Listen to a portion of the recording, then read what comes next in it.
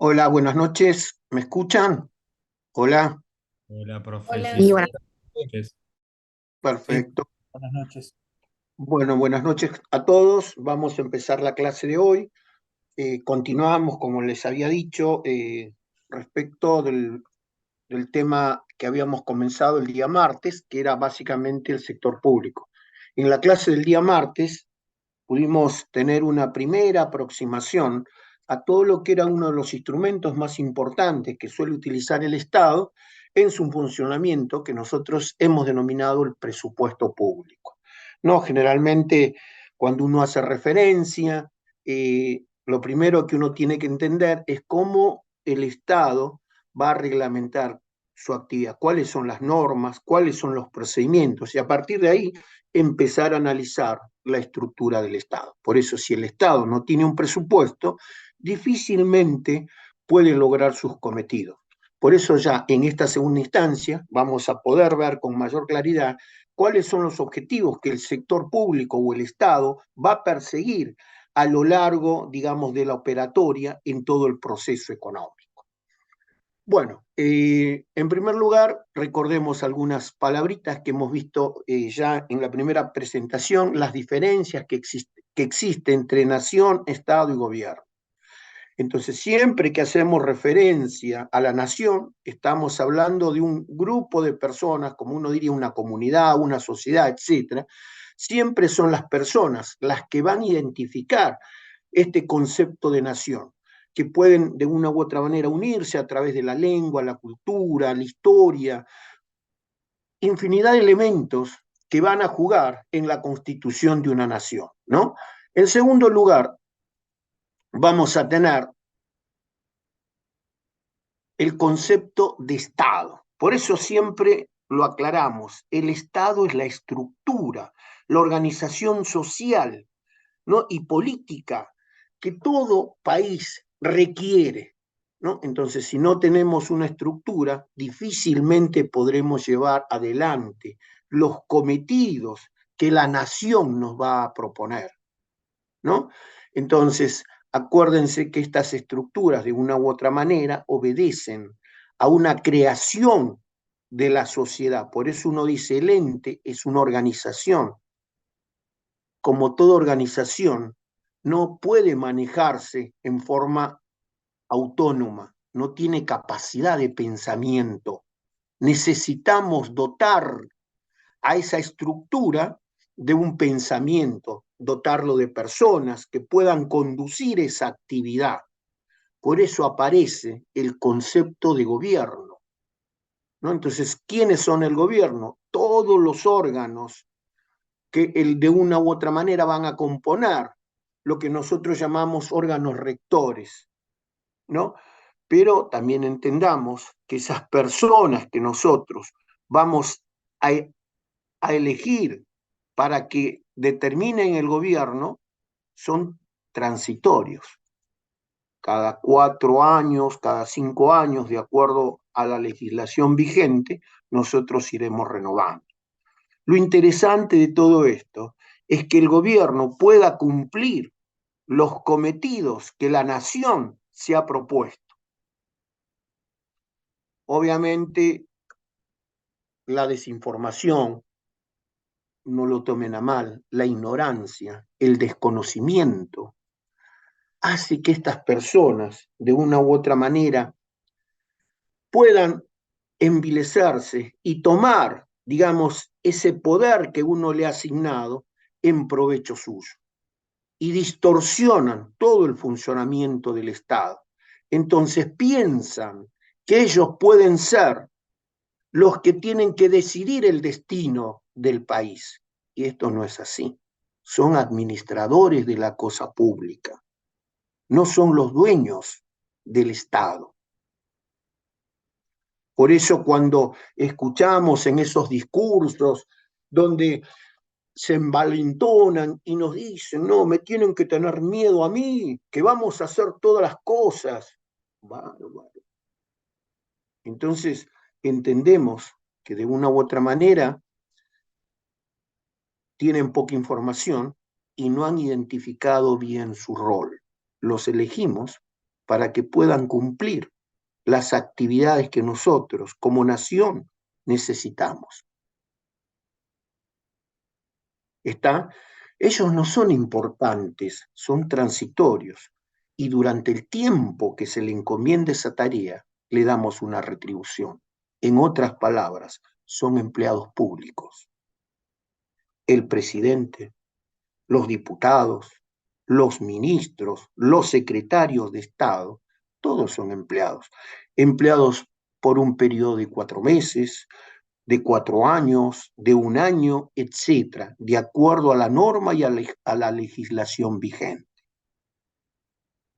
El tema es que muchos de los gobernantes quieren pasar al mármol y quieren quedarse en forma definitiva, usando el poder que de una u otra manera uno le asigna. Pero esto no solamente ocurre, digamos, en los términos generales de la política, sino en todas aquellas instituciones que nosotros creamos para que puedan de una u otra manera cometer algún cometido que nosotros le exigimos. Entonces vemos que el presidente probablemente tiene 4 o 5 mandatos. Gracias a Dios se cambió la norma. En algunos países han durado 40 años. Lo mismo ocurre con los gobernadores. 22, 30, 40 años, bárbaro, como si fuesen feudos. Y ni hablemos de los municipios, donde los padres gobiernan todo su periodo de vida. Y es más, delegan ese poder en sus hijos.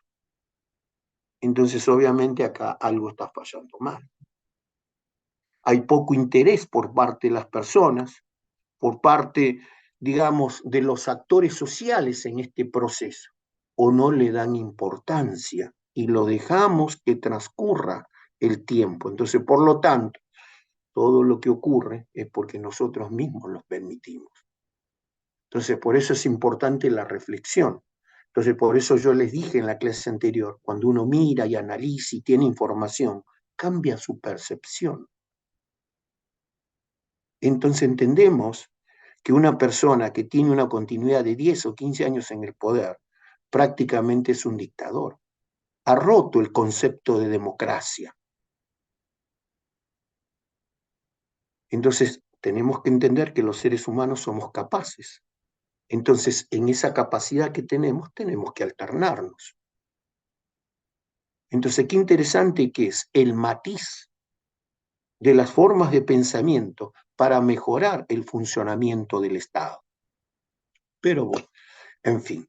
Bueno, con esas aclaraciones vamos a hablar del sector público. Acuérdese que cuando nosotros hablamos de la economía, básicamente vamos sectorizando y consideramos que hay sectores reales y sectores monetarios. Dentro de ese ámbito de sectores reales, uno que tiene una gran trascendencia es el sector público. Por eso decimos que el sector público es el conjunto de instituciones u organismos que van a regular todos los aspectos políticos, económicos, sociales y culturales de un país. ¿No? Entonces, todas estas instituciones van a manejar en forma directa o en forma indirecta el funcionamiento del Estado. Entonces, cuando uno habla del Estado, dejamos de lado la propiedad privada de los bienes y servicios, hablamos de la propiedad colectiva. Entonces, hablamos de todos los integrantes de la nación, desde aquella persona que vive tal vez en lo más alejado, en los confines de nuestro país, como todos aquellos que vivimos en las grandes ciudades, ¿no? Entonces, el sector público tiene que pensar de cómo va a mejorar las condiciones de vida de todos los ciudadanos. Por eso es muy importante tener presente, ya hemos visto con el presupuesto cómo se le asignaban los recursos, cómo iban a utilizar, etc. Pero bueno, tenemos que tener bien en claro ahora cuáles son, digamos, los cometidos que le vamos a pedir al Estado, ¿no? Entonces, esos cometidos tienen que ver con las funciones que uno le va a asignar. Entonces, en muchos de los casos, uno siempre utiliza un término, dice el estado del bienestar, porque entendemos que el Estado juega un rol preponderante en el bienestar de la sociedad, en mejorar las condiciones de vida. Por eso sus proyectos, sus decisiones cambian la vida de los ciudadanos. En las funciones que nosotros le vamos a asignar, hay funciones que son de corte macroeconómico, como funciones también de corte microeconómico. Entre ellas, las más importantes, las más significativas, son las siguientes. En primer lugar, el Estado tiene que promover la eficiencia económica, corregir todas aquellas fallas de mercado que se producen en la interacción de las personas, ¿no? Tiene que promover que los bienes y servicios puedan llegar a todos los ciudadanos que integramos este país, porque todos tenemos los mismos derechos y las mismas obligaciones. Entonces tiene que estar presente en tratar de generar actividades tanto en las grandes ciudades como en aquellas localidades más alejadas. Entonces la presencia del Estado es muy importante. Por eso tenemos que ser claros. Si el Estado no estaría presente, muchas localidades no existirían. Entonces el Estado da vida. El Estado juega un rol muy importante en el desarrollo de nuestra sociedad. Segundo punto que tenemos que tener bien en claro es que el Estado tiene que buscar mejorar la distribución de la renta. Ya lo hemos visto, que cuando el mercado genera esa riqueza, la riqueza vuelve a los sectores que han producido los bienes y servicios. Pero vemos que en esa distribución hay algunos sectores que quedan postergados, producto de la poca participación que tienen. Entonces, por lo tanto, los sectores que tienen más recursos probablemente llevan unos mayores ingresos. Entonces, el rol del Estado es buscar una redistribución de ese ingreso. ¿Con qué finalidad? Que los sectores más castigados, más desposeídos, puedan mejorar sus condiciones de vida. ¿Está? Entonces, en ese proceso de redistribución, un rol importante del Estado es la producción de los bienes y servicios públicos. En ese proceso mágico suele generar efectos muy significativos en los diferentes mercados, en los mercados de factores, en los mercados de bienes, y mejora la actividad económica. Pero tenemos que tener bien en claro que el Estado, cuando produce estos bienes y servicios, no tiene que comportarse como una empresa. Necesita estructuras organizacionales para producir los bienes y servicios. Pero estas estructuras no pueden perseguir el lucro per se.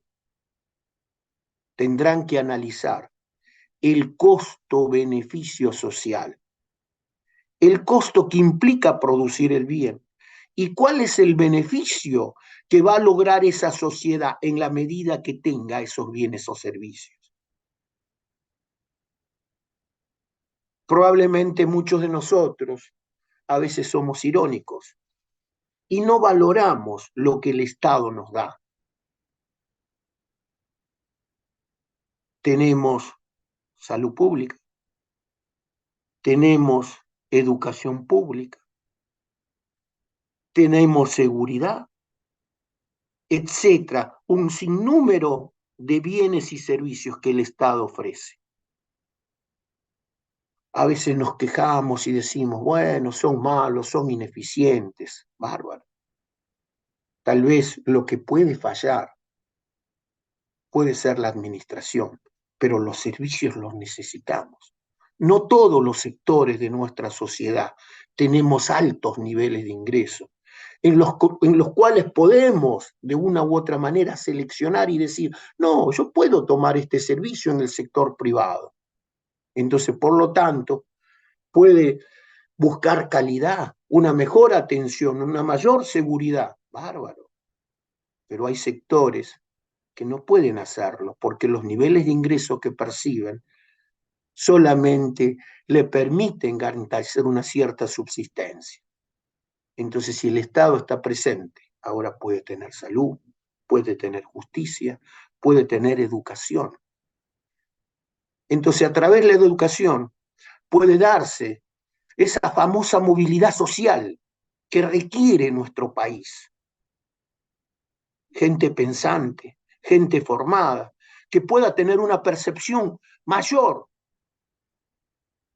y pueda manejar el destino del país. Cuando no hay educación, probablemente la movilidad social es mínima. Entonces, todo país que invierte en el recurso humano, que invierte en educación, probablemente tendrá mejores estándares de vida. Pero como siempre lo digo, las cosas no son mágicas.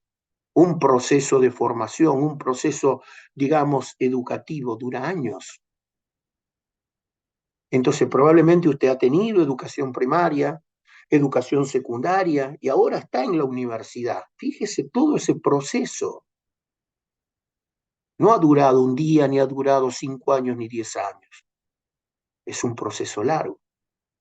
En la medida que usted lo toma, lo recibe, hemos formado un capital humano que va a tener una percepción y va a mejorar las condiciones de vida de la sociedad.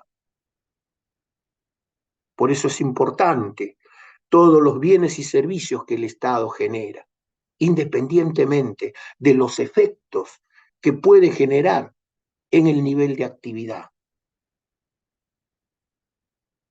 Otro punto importante que también le vamos a pedir al Estado es que garantice la estabilidad,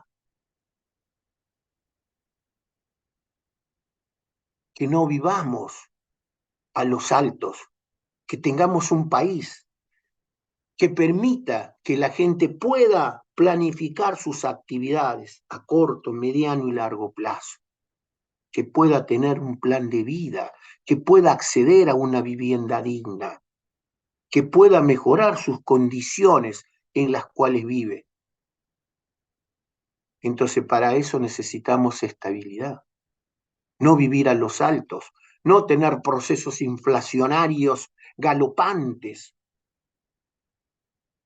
En la medida que el Estado garantice la estabilidad, se va a poder dar el crecimiento económico. ¿Por qué? Porque en la medida que hay estabilidad, las empresas, el mismo Estado invierte. Y eso mejora el nivel de funcionamiento de un país. Entonces, en la medida que tengamos estabilidad y crecimiento, uno puede planificar una vida, puede tener una familia y mejorar, que sus hijos puedan tener mejores condiciones de vida que probablemente nosotros tenemos. Pero cuando el Estado no está presente y no genera estas condiciones de estabilidad, lo único que vamos a lograr es que los que nos suceden se vayan, porque no encuentran las condiciones factibles para vivir. Entonces encontramos ciudadanos argentinos en todos lados del mundo. Pero bueno, como cuando uno sale, siempre dice que le fue bien, pero no decimos lo que en realidad cuesta el proceso de desarraigo que implica dejar nuestro país, dejar nuestra familia, dejar nuestros amigos, dejar nuestra forma de vida. ¿no? Entonces el costo es muy grande. Solamente aquel que ha hecho esto podrá entenderlo. Entonces, si nos cuesta dejar nuestra provincia para venir a la gran ciudad, a educarnos, a trabajar, etc., imagínense, dejar nuestro proceso cultural, dejar nuestra gente, no es una tarea que básicamente podemos decir es feliz. Por eso el sector público requiere gente pensante, gente capaz, que entienda la problemática en la cual nosotros vivimos y pueda darnos soluciones y pueda determinar cierta tendencia del funcionamiento de nuestra economía a largo plazo. ¿Está? Entonces, a veces los señores que están encargados de esto no tienen esa visión que nosotros esperamos. Pero bueno, por eso es importante el control, el seguimiento, comprometerse, ser agentes de cambio, no mirar al Estado muy alejado, criticarlo y no tomar participación. Es importante que seamos parte de todo este proceso. Bueno, por otro lado, vamos a visualizar, ya acá en un ámbito un poquito más desagregado, tantos objetivos macro como objetivos micro, ¿no? Entonces uno sabe que tanto el sector público puede interactuar desde el punto de vista de la pequeña actividad que realizan los individuos, la producción, el mercado, etcétera, y por otro lado las grandes problemáticas que van a afectar a nuestro país. Pero siempre tiene que quedarnos algo bien en claro. El Estado siempre va a buscar la maximización del bienestar social, independientemente si es un gobierno de centro, si es un gobierno de derecha o si es un gobierno de izquierda. ¿Está? Entonces nosotros elegimos para estar mejor. Entonces un gran cometido del Estado es este, que mejore las condiciones de vida. Para estar peor, no. Entonces desde ese punto de vista, como lo hemos visto en primer lugar, uno de los objetivos microeconómicos es corregir las fallas de mercado, ¿no? Uno de los puntos fundamentales es que los diferentes mercados sobre los cuales nosotros participamos tienen estructuras diferentes. Entonces el Estado tiene que tomar parte. Tal vez alguno va a decir, sí, pero a veces el Estado participa mucho, participa poco, etcétera. No, sí, dependerá del grado de evolución en el cual nosotros nos encontremos. Cuanto más información, cuanto más compromiso tengamos nosotros en cada uno de los procesos, probablemente el Estado irá dejando esa actividad. Ahora, cuando menos participemos, cuando menos nos interese, el Estado estará más presente. ¿Está? Por eso cuando uno dice, bueno, en algunas economías del mundo, etcétera, el Estado no regula la actividad del mercado. Sí, porque el mercado, en la medida que uno tiene información y conoce sus derechos, conoce sus normas, tiene, digamos, cierta formación, no hace falta que el Estado participe, porque lo vamos a exigir. ¿Está? Por eso, cuando uno habla de algunos países europeos, de Estados Unidos, etcétera, bárbaro, sí, le exigen. Entonces, el Estado trata de cumplir.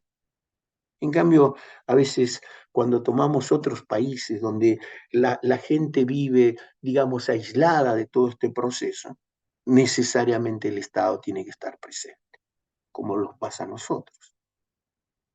Entonces el tipo de cambio sube, bueno, nadie dice nada.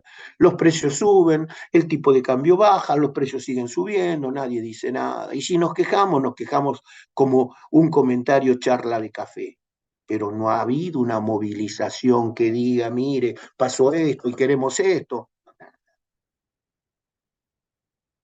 Entonces la pasividad hace que el Estado participe, que el Estado tome, digamos, un rol protagónico, porque eso denota de una u otra manera que no hay un interés público, que acepta todo lo que pasa.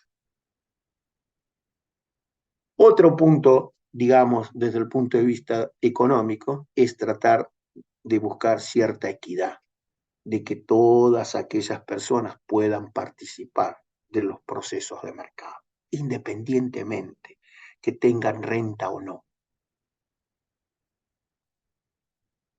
A veces al Estado se le va la mano, ¿no? Entonces, por ahí asigna muchos recursos, recursos que a veces no los tiene, y genera desequilibrios.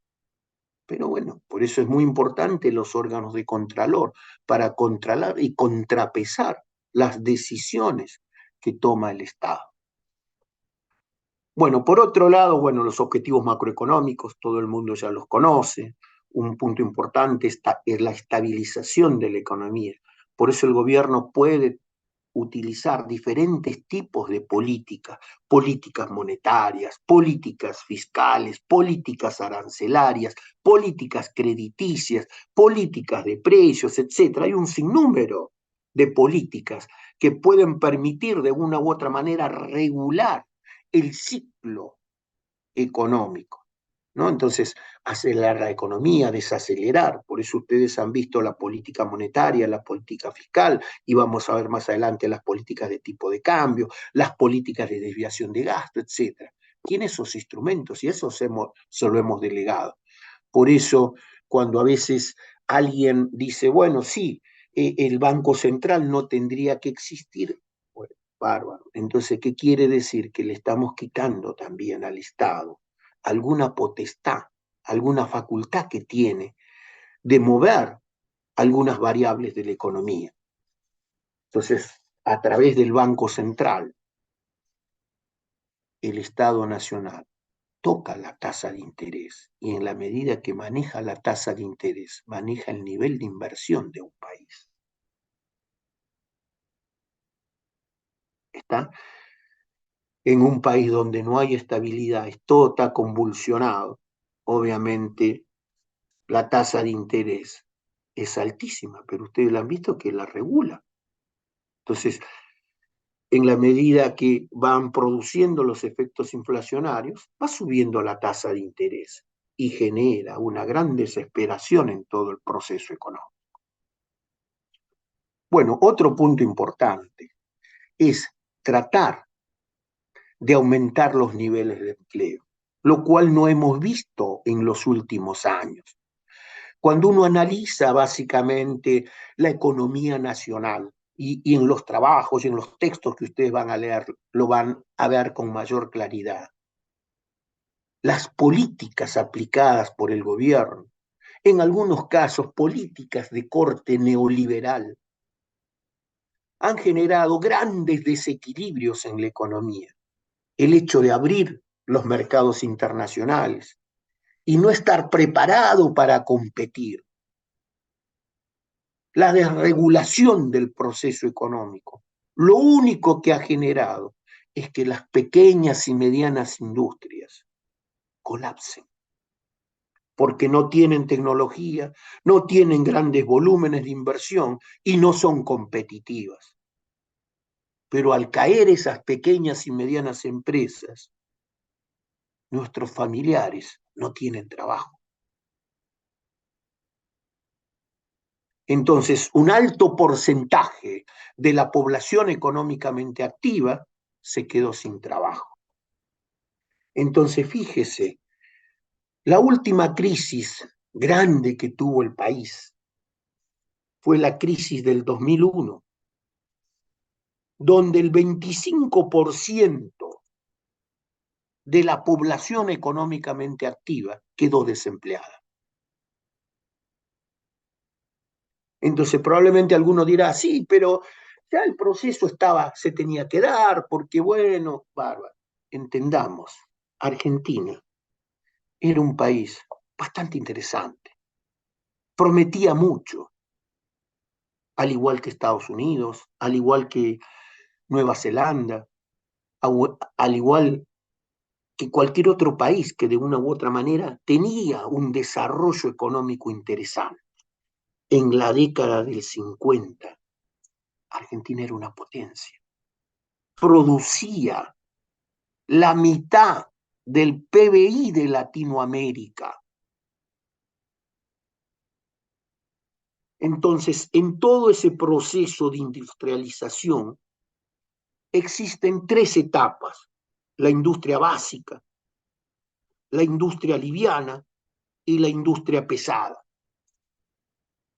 Entonces, cuando se empieza a reconvertir la economía, producto de las crisis que se habían visto, la Argentina empezó a sustituir importaciones, a generar las pequeñas industrias. Generamos industria de base, generamos industria liviana, pero lo que nunca pudimos hacer fue generar industria pesada. En otras palabras, producir maquinarias. Entonces, el proceso de sustitución de importaciones se vio trunco. ¿Está? Entonces, esto implicaba que la tecnología y las maquinarias vengan del resto del mundo. Algún gobierno, que ya lo van a leer, no es necesario mencionarlo, consideró muy importante crear institutos de investigación para fomentar todo esto que nosotros llamamos investigación y desarrollo, para que se pueda generar la tecnología en forma endógena y no depender de los centros. Porque depender de los centros implica realizar grandes inversiones, endeudamiento y esperar que la tecnología penetre de los centros a la periferia. No es que la tecnología de punta va a venir a nuestro país y se va a instalar al día siguiente. Entonces, todo este proceso de tardanza de la tecnología dividía el mundo en países desarrollados y países subdesarrollados, o también llamados en algún momento países en desarrollo.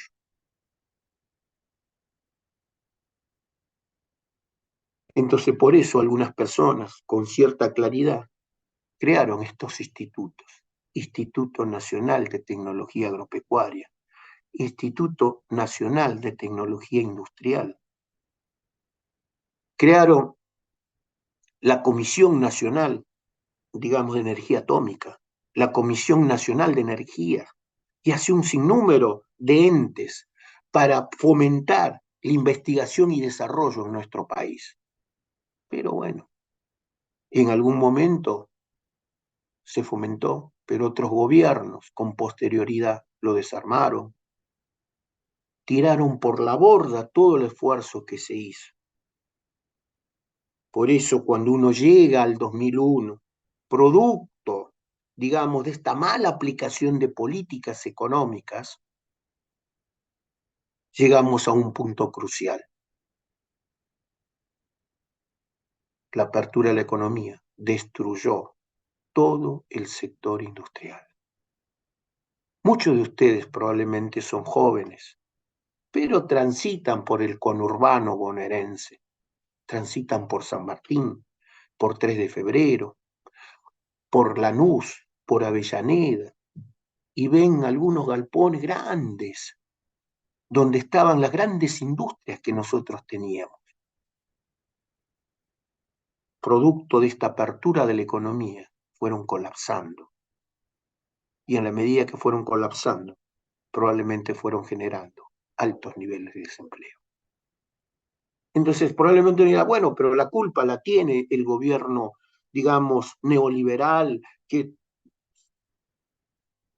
generó las privatizaciones. No, no se olviden que nosotros tuvimos muchos años de oscurantismo, producto de las dictaduras militares, donde en realidad la economía se cerró y habían ideas de vivir con lo nuestro, de que no tenemos que integrarnos al mundo, etcétera. Nos aislamos. En todos esos procesos, el mundo iba cambiando. Entonces, cuando salimos de esas dictaduras, de ese encierro mental, probablemente recuperamos la democracia. Y cuando recuperamos la democracia, apareció un hombre muy inteligente, con una convicción clara de querer poner en marcha nuevamente nuestro país. Pero lamentablemente los sectores sociales le jugaron en contra. Y lo triste de todo esto es que tuvo que abandonar el gobierno en un proceso inflacionario altísimo. Y apareció un señor que nos prometió revolución productiva con redistribución del ingreso. Y publicaron un libro, que lo tengo y lo leí. Y dije, este es el momento del cambio, este es el momento en el cual va a despegar la economía nacional.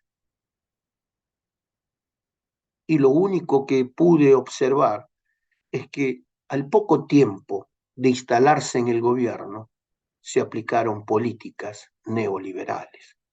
Se hizo un acuerdo con el Fondo Monetario y se aplicó todo lo que el Fondo Monetario exigió. Los sectores que habían apoyado y que estaban en contra del gobierno anterior, del gobierno radical, ahora cuando se aplicaron estas políticas, nunca dijeron nada. Veían que el desempleo cada día era mayor y nunca dijeron nada. No hicieron un solo paro, mientras que al gobierno anterior le hicieron 13 paros.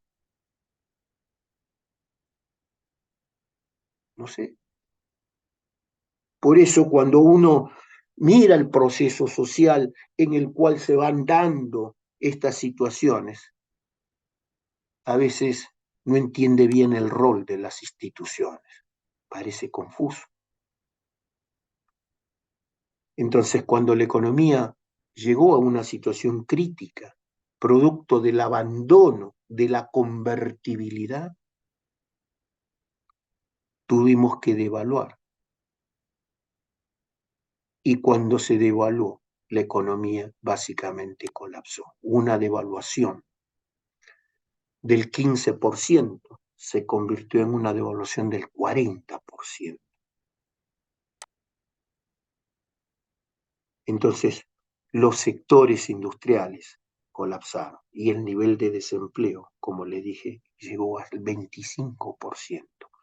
La cuarta parte de la población económicamente activa no tenía trabajo. Entonces tuvimos que salir nuevamente a pedir ayuda, a pedir préstamos, donde no existía más el dinero. Volvimos a la economía de trueque y apareció el concepto del subsidio monetario. Eso no quiere decir que el subsidio no existía antes, sí, el subsidio existía antes. Se dio con los gobiernos militares, se dio con los gobiernos radicales, etcétera. Pero ahora pasó a ser un subsidio monetario. ¿Está? Entonces, desde el 2001 en adelante, se han sucedido un montón de gobiernos. Se han ido alternando, pero el problema del desempleo se ha ido agudizando.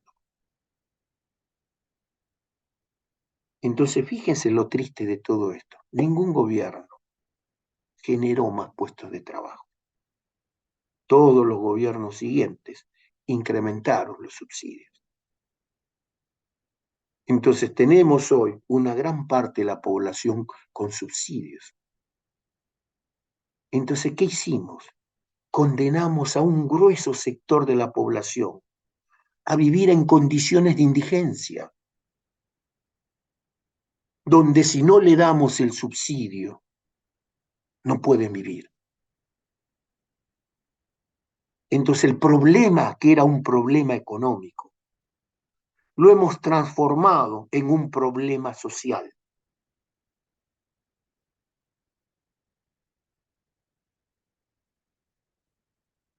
Hoy, 2023, Probablemente no podemos sacar los subsidios de la noche a la mañana, aunque alguno diga, sí, que lo va a sacar. No puede sacarlo. Imagínese usted ahora una persona que tenía 30 años cuando se produce la crisis del 2001. Hoy tiene 50 y pico de años. Lo vamos a poder capacitar, lo vamos a poder insertar al proceso productivo, donde la tecnología cambió, donde la comunicación cambió, donde los modos de producción cambiaron. No, es muy probable que esta persona, durante todos estos 30 años, haya tenido familia, haya formado un núcleo familiar. Entonces, cambiarle la forma de vida de un día a otro es imposible. Entonces, cuando uno mira de costado, no ve la realidad. Entonces también somos cómplices de lo que ha ocurrido. No porque uno quiera hacer mea culpa, sino que en realidad no nos interesó. Porque a la larga el subsidio nos endulzaba. Entonces, así como había sectores que recibían subsidios monetarios, a nosotros también nos subsidiaban la luz, el gas, el teléfono, el pasaje, bárbaro. Las grandes empresas también recibían subsidios. Subsidio a la inversión, subsidio, digamos, a las cargas sociales, etc. Entonces, vivíamos en el país del subsidio. Entonces, cuando nos enteramos que estábamos y que debemos mucho, probablemente todo el mundo se pone loco. Pero ¿por qué llegamos a esta situación? Porque, como siempre lo digo, hay poco interés por parte de las decisiones que toma el Estado. Las malas decisiones nos han llevado a la situación en la cual nos encontramos. Un país devastado, desorganizado, con alta inestabilidad, y no sabemos lo que puede pasar en el corto plazo. Por eso cuando hablamos de los objetivos macroeconómicos, se han desdibujado, producto de un sinnúmero de factores. Entonces, exigirle al Estado ahora que de la noche a la mañana genere cambios es imposible. Entonces, echarle la culpa probablemente a un gobierno y decir, no, que el gobierno fulano de tal fue malo, no, todos los gobiernos fueron malos. Hubo una continuidad de malos gobiernos. Por eso cuando uno estudia economía, mira, tiene la información y empieza a darse cuenta que estos objetivos macroeconómicos que nosotros estamos viendo acá en la Filmina se han desdibujado. Por eso uno ahora entiende qué importante que es el gasto público, ese gasto que el Estado realiza desde el punto de vista de la nación, desde el punto de vista de las provincias y desde el punto de vista de los municipios. Todo bien encausado puede llevar a un mejor destino del funcionamiento de nuestra economía. La mala asignación, las malas decisiones, obviamente terminarán perjudicando a la sociedad. Entonces, hablar de la búsqueda del bienestar, de la maximización del bienestar, probablemente va a quedar muy lejos. Entonces, cuando uno tiene una concepción ahora clara del Estado, entonces empezamos a darnos cuenta que el Estado participa en todos los niveles de la economía, en todos los niveles. Entonces uno dice, sector público de la economía, qué grande. ¿Está compuesto por quién? Por el sector público nacional, la nación, ¿no? Los grandes, las grandes decisiones, los grandes organismos que van a reglamentar toda la actividad de nuestro país. Por otro lado, tenemos los sectores públicos provinciales, la provincia, que también van a ser parte de todo este proceso. Y dentro de las provincias tenemos los municipios, porque la provincia y el municipio actúan en forma concomitante. ¿Está? Por eso cuando uno hace referencia al gasto, siempre decimos gasto público consolidado, que está conformado por lo que gasta la nación, por lo que gasta la provincia y lo que gastan los municipios. Entonces, si uno se pone a pensar y dice, ¿y cuánto es el gasto que tiene cada uno de esas reparticiones? Más o menos en términos, digamos, de promedio, en los últimos años, podemos observar que la nación gasta el 55% del gasto total, de ese gasto consolidado, representa los gastos nacionales. Las provincias más o menos llegan al 40%.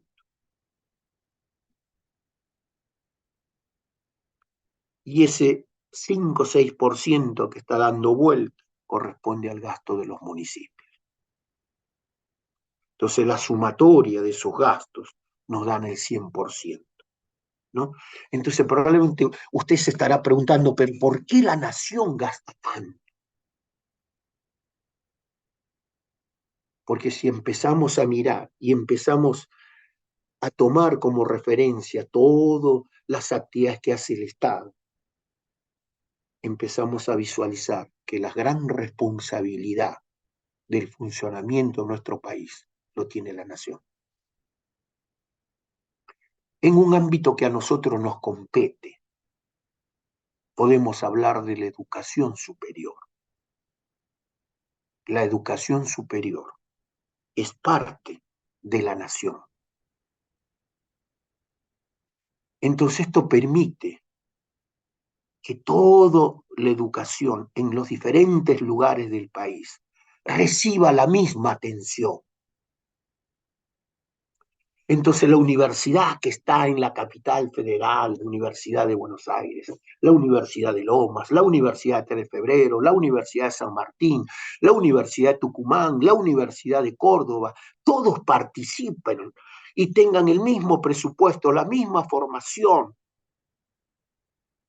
tengan el mismo proceso educativo, que respondan a los mismos estándares. Entonces todos por igual. No podemos hablar de la misma forma con la educación primaria ni la educación secundaria. Probablemente habrán provincias en las cuales la educación primaria y secundaria funcione. Y en algunas provincias sea lastimoso. ¿No? Entonces probablemente nosotros vemos a veces los que viajamos en transportes públicos, vemos en los trenes que muchas personas de las provincias, de la provincia de Buenos Aires, se trasladan a la capital. Entonces probablemente dicen, bueno, sí, por lo menos la educación en la ciudad de Buenos Aires funciona y en la provincia, bueno, dependerá dónde nos encontramos. Probablemente 4 o 5 escuelas que se encuentran en los centros de algunas localidades porque tienen trayectoria, porque tienen, digamos, historia, funcionan. Pero cuando nos vamos alejando y nos vamos interiorizando al conurbano bonaerense, empezamos a ver escuelas que en realidad, no sé si llamarles escuelas, están al abandono, no tienen vidrios, las puertas rotas, las calles que los circundan no están asfaltadas, no hay accesos, etc. Los profesores no sé si van. Entonces, mire lo que suele pasar ahora cuando hablamos de nación, provincia, municipio, ¿no? Bueno, volviendo un poquito al tema, cuando uno hace referencia al sector público nacional, el sector público nacional se va a dividir en dos grandes grupos. Por un lado, todo lo que concierne, digamos, a lo no financiero. En otras palabras, a la producción de los bienes y servicios que necesita la sociedad. Y por otro lado, vamos a tener al sector público financiero. En otras palabras, vamos a tener en toda la parte financiera al Banco Central regulando toda la actividad financiera de nuestro país. En cuanto hablemos del sector público no financiero, vamos a tener la Administración Nacional, que va a estar compuesta por la Administración Central, organismos descentralizados, las instituciones de seguridad social y algo muy importante, las universidades nacionales. ¿Está? Entonces uno dice, bueno, pero las universidades nacionales son organismos descentralizados. Sí, pero son organismos descentralizados que tienen alguna particularidad en especial. Las universidades nacionales son los únicos organismos que tienen autonomía, tienen sus gobiernos propios y se legislan. Entonces cada universidad decide su propio rumbo, maneja sus recursos de acuerdo a sus autoridades. Por eso es importante. Uno dice, bueno, sí, tenemos una facultad, bárbaro, tenemos un decano, secretarios, tenemos representantes de los alumnos, representantes de los docentes, representantes de los graduados, etc. Componen la comunidad universitaria todas las facultades. Tenemos un rector, tenemos secretarios académicos, etc. Y definen la política de la universidad. Entonces el Consejo Superior de la universidad es el que va a decidir el destino de nuestra universidad. Qué carreras se van a crear, cómo se va a mantener, cómo se va a distribuir el presupuesto, cómo van a ser las cursadas, etc. Planifican todo. Y nadie le va a decir qué es lo que tienen que hacer. Por eso tienen autonomía.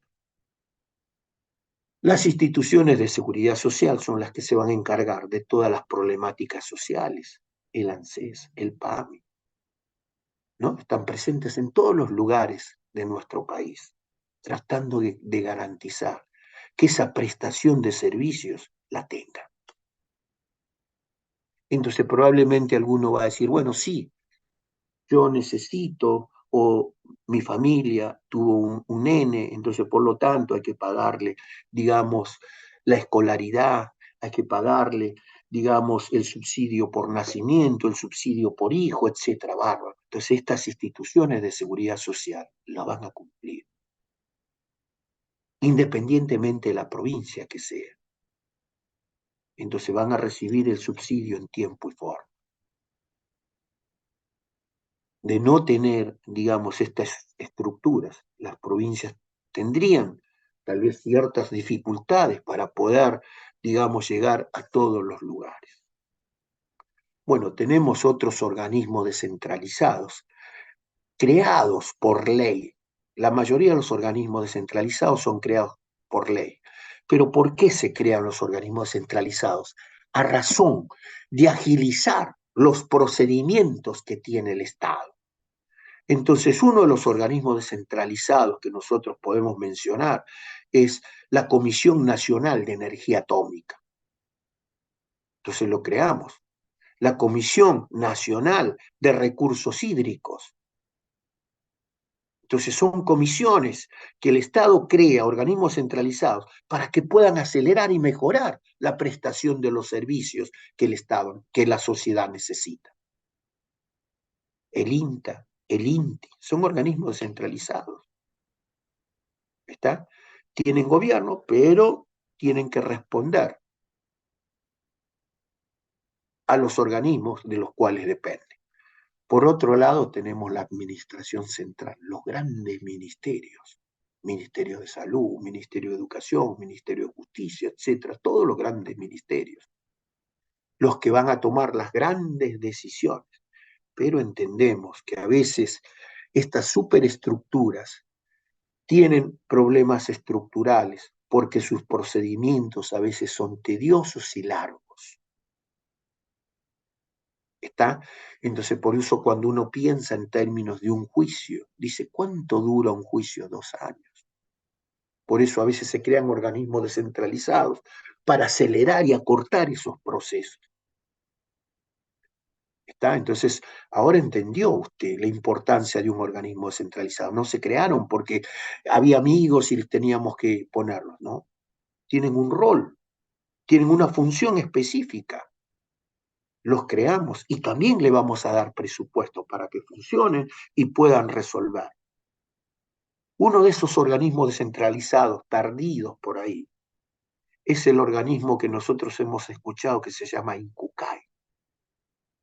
Ese organismo que se va a ocupar de la ablación, de los órganos, de mejorar las condiciones de vida de todas aquellas personas que tienen problemas de salud y que se pueden resolver en la medida que alguna persona fallezca y ceda sus órganos. Ese organismo dependerá de la Administración Central, del Ministerio de Salud, pero va a agilizar todo este proceso. ¿Lo entendieron? Por eso qué importante que es. Por eso se llama Administración Nacional. Después, por otro lado, tenemos empresas y sociedades del Estado. ¿Está? Entonces, el Estado también tiene algunas empresas. Hoy en día ya son muy pocas, producto de los procesos de regulación que se han aplicado en algunos momentos. Antiguamente, el Estado tenía muchas empresas. Una de esas grandes empresas emblemáticas era Fabricaciones Militares, donde se producían un sinnúmero de bienes y generaba un flujo muy grande de empleo. Pero producto de las privatizaciones, el Estado ha ido regulando y dejando estas actividades de lado. Hoy quedan muy pocas, ¿no? Entonces uno se pone a pensar y dice, bueno, sí, una de esas grandes empresas es Aerolíneas, ¿no? Aerolíneas es una empresa que básicamente cumple un rol fundamental, el traslado de las personas de un lugar a otro. Bueno, por otro lado tenemos entes públicos creados con objetivos específicos y también lo que nosotros llamamos fondos fiduciarios. Todos estos componen lo que nosotros llamamos el sector público nacional no financiero. Entonces, después, probablemente ya en las clases siguientes, vamos a ver el sector público financiero. Entonces, vamos a hablar del rol del Banco Central y cómo regula todas las otras, digamos, actividades que tienen que ver con los flujos monetarios. Bueno, ¿quedó claro hasta acá? ¿Alguna pregunta? ¿Preguntas? Hola, ¿me escuchan? No, No, profe, ninguna pregunta. profe, no, no hay preguntas. Sí, profe, lo No, escuchamos. profe. Un placer.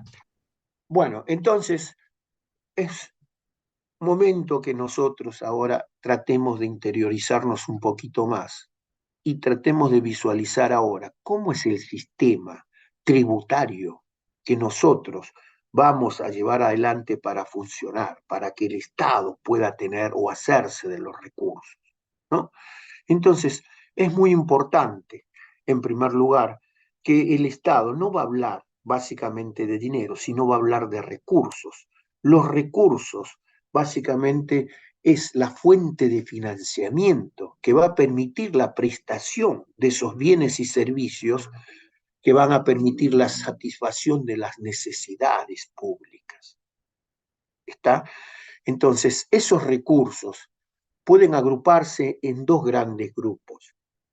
Algunos que nosotros denominamos recursos originarios o también denominados como recursos propios, ¿no? Los que el Estado de una u otra manera va a generar,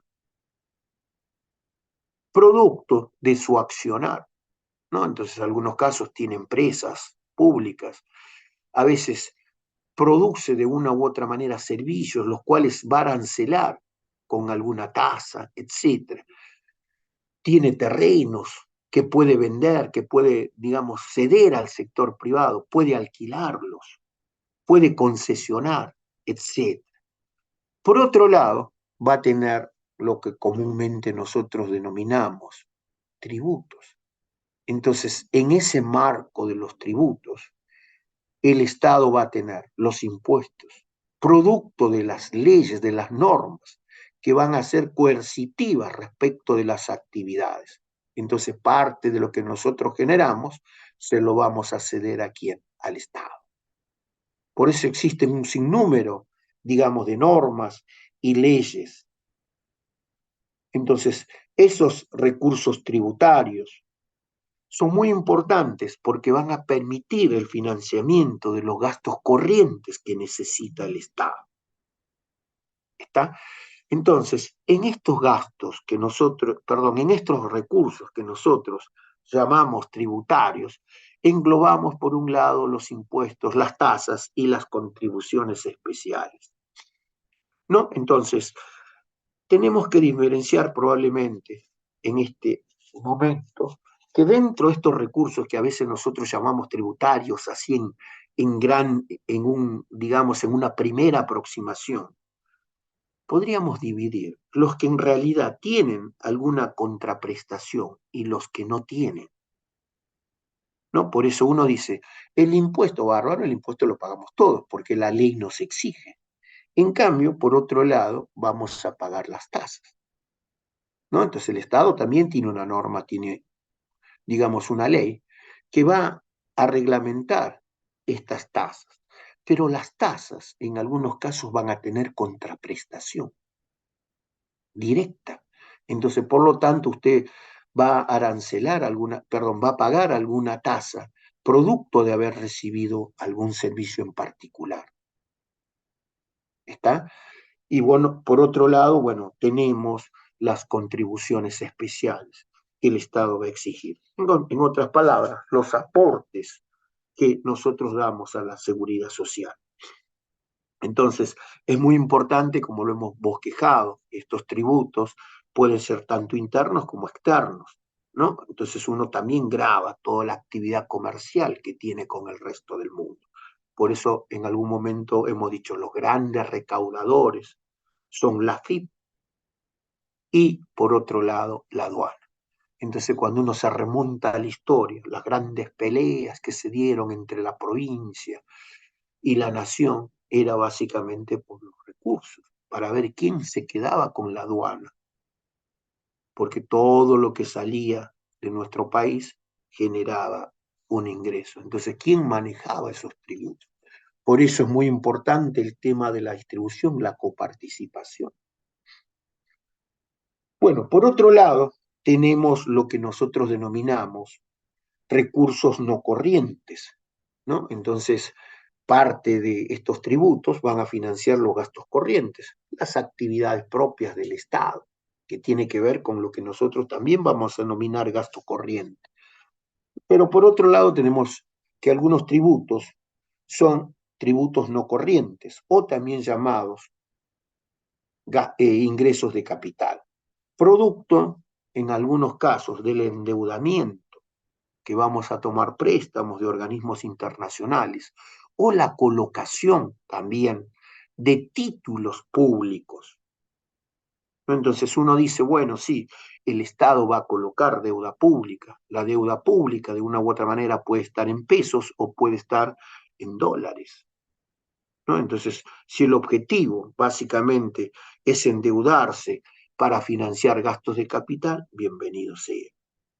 Por otro lado, también el Estado puede desprenderse de algunos activos, ¿no? Venta de terrenos u otros recursos que el Estado tenga bajo su potestad. Entonces, en ese caso, van a ser recursos no corrientes o recursos de capital. Entonces, ahora sí ya nos va quedando un poquito más claro toda esta problemática que nosotros hemos hablado de recursos. Entonces, probablemente uno va a decir, bueno, sí, pero en términos de ingresos públicos, ¿cuáles son los recursos más importantes que el Estado tiene?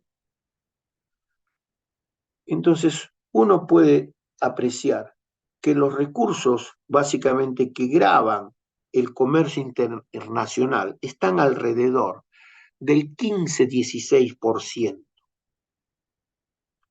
Y el resto son todos recursos internos, ¿no? El que tiene una mayor participación, ¿no? Básicamente es el impuesto al valor agregado, que más o menos genera casi un 28-29%.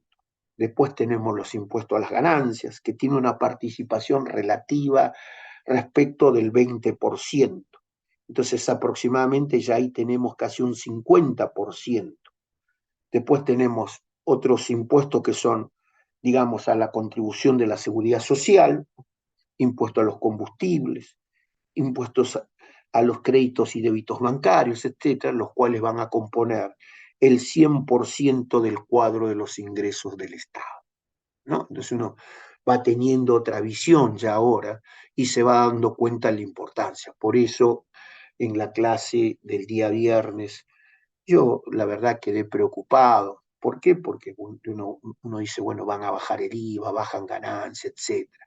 Entonces, si bajamos los recursos, tenemos que pensar cómo vamos a seguir financiando el gasto público. Si no bajamos el gasto y bajamos los recursos, probablemente podríamos estar en una situación más o menos equitativa, pero si no bajamos el gasto y bajamos los recursos, el déficit va a ser más significativo. Pero bueno, en fin, temas de política, temas presupuestarios, que van a tener una incidencia probablemente en los gobiernos siguientes. Bueno, dudas hasta acá, preguntas, Profe, yo tengo una pregunta.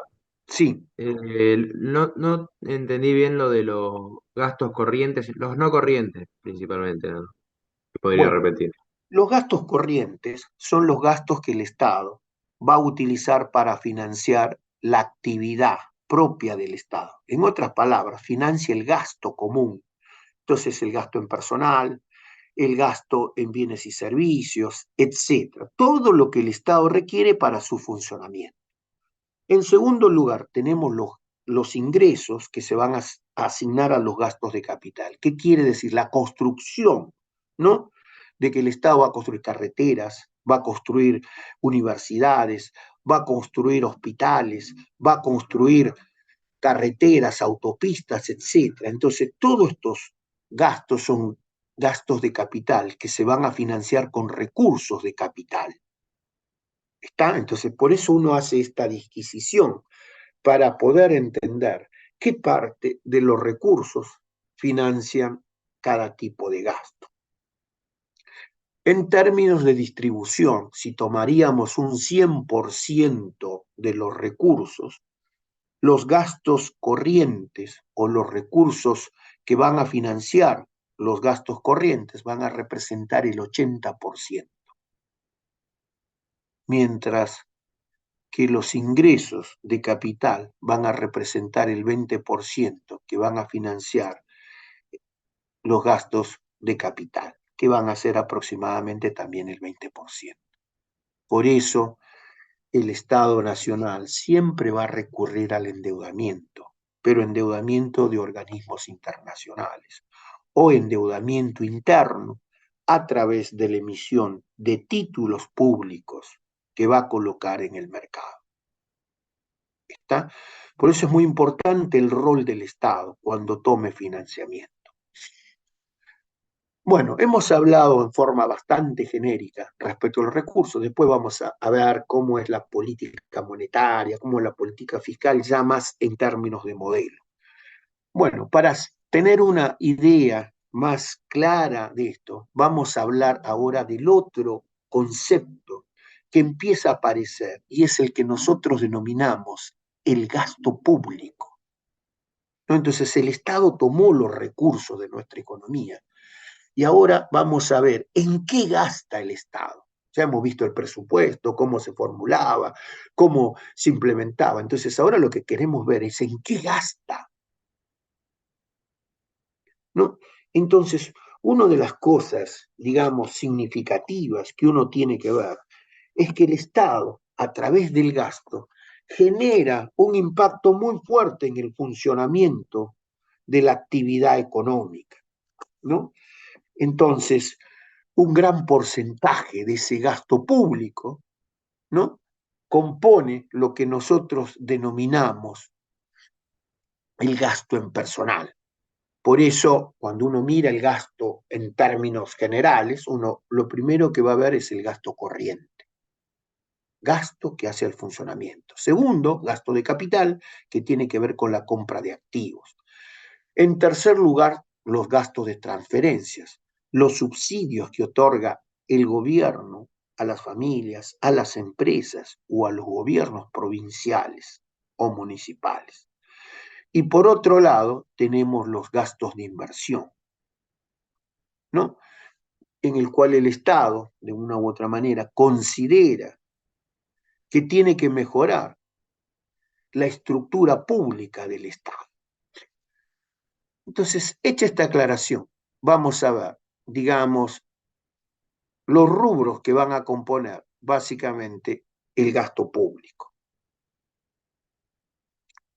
Entonces, gran parte del gasto público tiene que ver con, digamos, el funcionamiento de la actividad social del Estado. Entonces, la prestación de los servicios sociales. Entonces, la producción de esos bienes y servicios que el Estado realiza insume casi el 64%.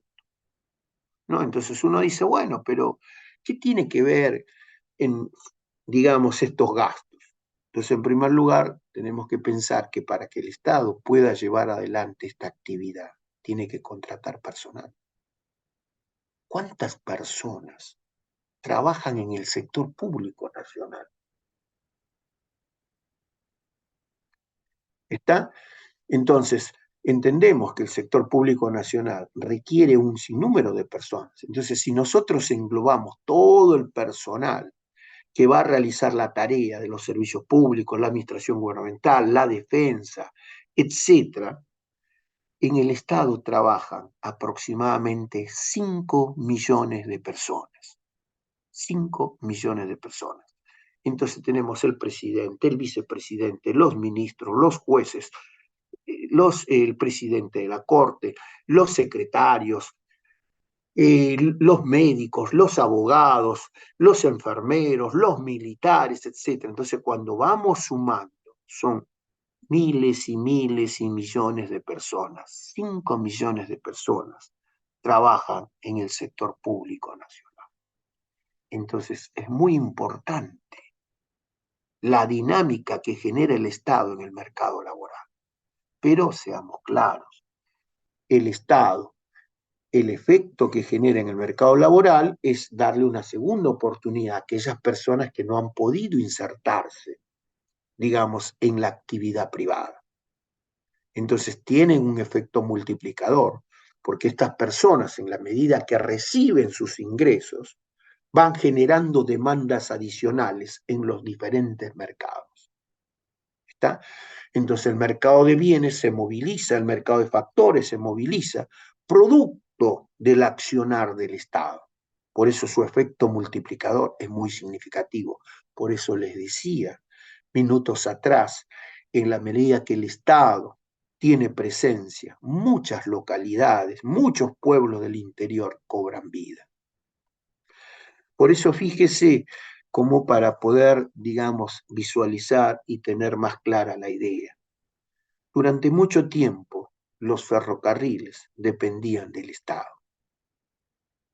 En algún momento, las políticas que llevaron la privatización de estos servicios trasladaron los ferrocarriles en manos de privados. En la medida que los privados no encontraban rentabilidad, iban abandonando las actividades. Entonces muchas localidades, muchos pueblos del interior fueron colapsando y hoy son pueblos fantasmas. ¿Por qué? Porque esas pequeñas localidades vían de las externalidades que el transporte ferroviario generaba. Entonces esto ha generado efectos muy notorios en nuestra economía, una gran concentración en el transporte. Entonces el transporte privado hoy maneja toda la red comercial de nuestro país. Por eso ese señor Moyano tiene el tupé de decir de que él puede parar el país. Y sí, porque al regular la actividad del transporte, puede poner en vilo el funcionamiento de la economía nacional.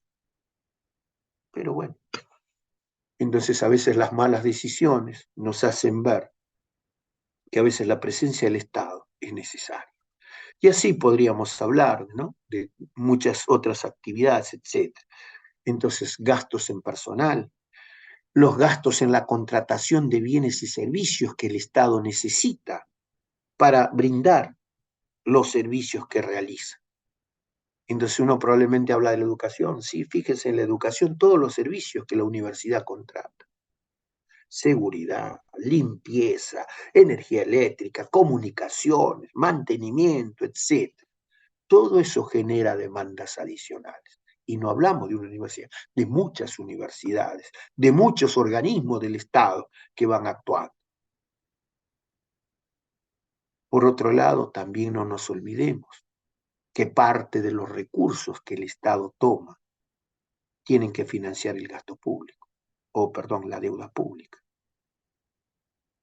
Entonces, cuando mayor es el endeudamiento, mayor es la carga que el Estado tiene. En este gráfico podemos observar que los servicios de la deuda se llevan casi el 20%, 17%, casi el 20% de todos los recursos que genera el Estado. Y en la medida que el Estado toma nuevos préstamos, paga deuda vieja y los intereses o los servicios de la deuda van creciendo. Por eso, a veces, cuando uno va a leer los libros, usted va a entender ahora la importancia de los desequilibrios que tiene la economía. Que en muchos de los casos, todos estos efectos que nosotros tenemos no son generados internamente, sino que los efectos a veces que llevan un desequilibrio a la economía provienen de afuera y que en muchos de los casos no podemos hacer nada y que lo tenemos que aceptar. ¿Está? Entonces, la realidad a veces nos pone en una situación que requiere mucho conocimiento, que requiere tomar información para poder cambiar las estructuras de funcionamiento del Estado. Por eso necesitamos buenos gobernantes, buenos legisladores que se comprometan con el buen funcionamiento del Estado. Entonces, miren acá, irónicamente, he tomado un billete, digamos, de 1.000 pesos como para poder hacer una distribución respecto de cuánto se va asignando por actividad. Entonces, de cada 1.000 pesos asignamos 61 a la seguridad social, 7%, 6,4% a educación y cultura. Entonces, cuando miramos este indicador, empezamos a darnos cuenta que poco se asigna a la educación, mientras que otros países están por encima del 10 y el 15% y de presupuestos bastante grandes. Bueno, la defensa 1,9%, producto de todos los procesos de desarticulación que se han dado en los últimos años. Ciencia y tecnología, no llegamos al 2%. Seguridad, 2,5%. Energía, 6%. Y así podemos ir viendo todos los porcentajes que el Estado de una u otra manera asigna en términos de gasto. Por eso es importante que uno se comprometa, tenga información, podamos conocer mejor el funcionamiento del Estado. Por eso los invito a que entren a las páginas de los diferentes organismos del Estado, entren al Ministerio de Economía para ver el presupuesto, para ver los organismos, cuánto se asigna, cuántos millones representa el presupuesto, cuántos billones, y de ahí cuánto se asigna a cada actividad, y cómo rinden, y cuál es el nivel de ejecución, y cuál es la prestación de los servicios. Por eso cuando uno mira al Estado y no entiende, da la sensación de que el Estado es una bolsa donde entra la plata y no vemos qué es lo que sale. Entonces, en esa confusión, probablemente el problema del Estado es reorganizar el Estado, mejorar la asignación del gasto y controlar que el Estado gaste bien. y no que el Estado pague sobreprecios, y no que el Estado haga una mala asignación de sus recursos,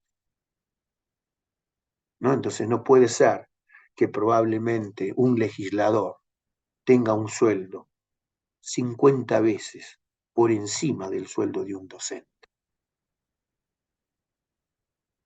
¿Está? Entonces algo están dando mal. Entonces cuando podamos podamos tener mayor claridad del funcionamiento del Estado, podremos lograr el cambio. Si no, voy a ser claro, todo va a seguir igual. Bueno, chicos, hemos visto el funcionamiento del Estado, probablemente he dado una visión más histórica, pero a veces es necesario cuando uno habla del sector público. Igual todo esto lo van a leer, lo van a analizar, van a presentar sus trabajos, que en algunos momentos lo van a discutir en los grupos, el material ya lo tienen arriba, para que lo puedan trabajar. Y reitero lo que tal vez me olvidé decir al inicio, la fecha de parcial se va a modificar, bueno, al principio habíamos pensado en el día 13 de noviembre, etcétera, y bueno, la vamos a modificar. Perdón, el 14 de noviembre era la fecha, entonces es muy probable que el parcial lo estemos tomando el 21 de noviembre, ¿no?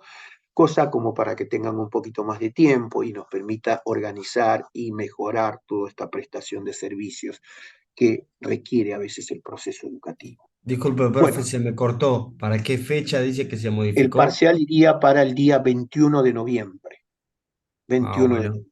Igual lo vamos a publicar, lo vamos digamos, a poner a disposición de ustedes. Bueno, agradezco el tiempo, agradezco, digamos, su compromiso con la materia y la verdad, siempre entiendo que, como lo digo siempre, nosotros somos guías, damos ideas, damos comentarios, etcétera, pero los que tienen que tomar el rumbo, los que tienen que ser los agentes del cambio son ustedes. Entonces, por eso se están formando, por eso, tal vez a la edad que tengo, me siento muy contento porque creo que la universidad es un agente de cambio, un agente formador de personas. Y nuestro país necesita de ustedes para que ese cambio en algún momento pueda darse. Bueno, chicos, muy amable, buen fin de semana, Profe, disculpe. voten como, digamos, la sociedad lo necesita, pero es importante que voten. Por eso implica, de una u otra manera, que usted asume un compromiso. Bueno, nos encontraremos probablemente el próximo martes, las semanas y el destino del país, como digo, siempre está en manos de todos nosotros. Muy amable, gracias y buenas noches. Profe, ¿usted viene el martes o viene Jiménez? Bueno, lo vamos a decidir de acuerdo a cómo estamos en la programación, pero es muy probable que esté yo el martes. Ah, bueno. Y la Bárbaro. otra consulta que le quería comentar dice 21 el recuperatorio. Tendría que cambiar entonces las dos Todo fechas. va a cambiar, todo va a cambiar. Sí, por eso Ah, no ok. se preocupe, que por eso le dije, vamos a cambiar, vamos a reprogramar las fechas. Ah, Va. bueno. Bueno, muy amable, ¿eh? Buenas noches. Gracias. No, gracias a ustedes. Hasta luego. Buenas noches, profe.